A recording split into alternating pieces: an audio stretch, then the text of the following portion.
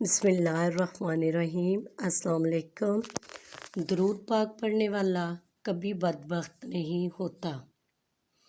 حضرت انس رضی اللہ تعالی عنہ نبی پاک صلی اللہ علیہ وآلہ وسلم سے روایت کرتے ہیں، فرمایا اللہ تعالیٰ کے کچھ سیاہ ملائکہ ہیں جو ذکر کی محفل تلاش کرتے رہتے ہیں۔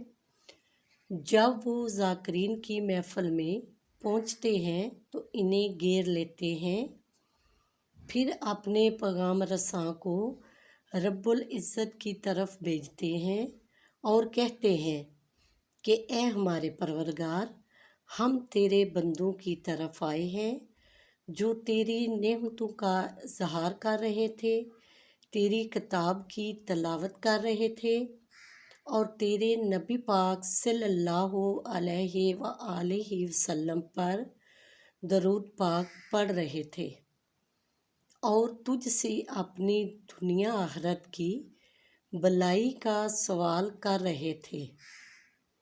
اللہ تعالیٰ فرماتے ہیں کہ انہیں میری رحمت کی وسیع چادر سے ڈھانپ دو۔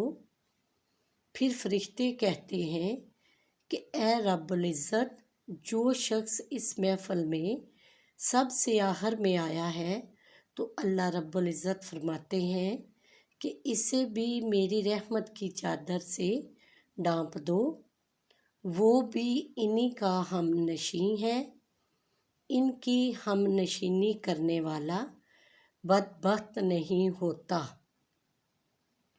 صلو علی الحبیب صلی اللہ تعالی علی محمد۔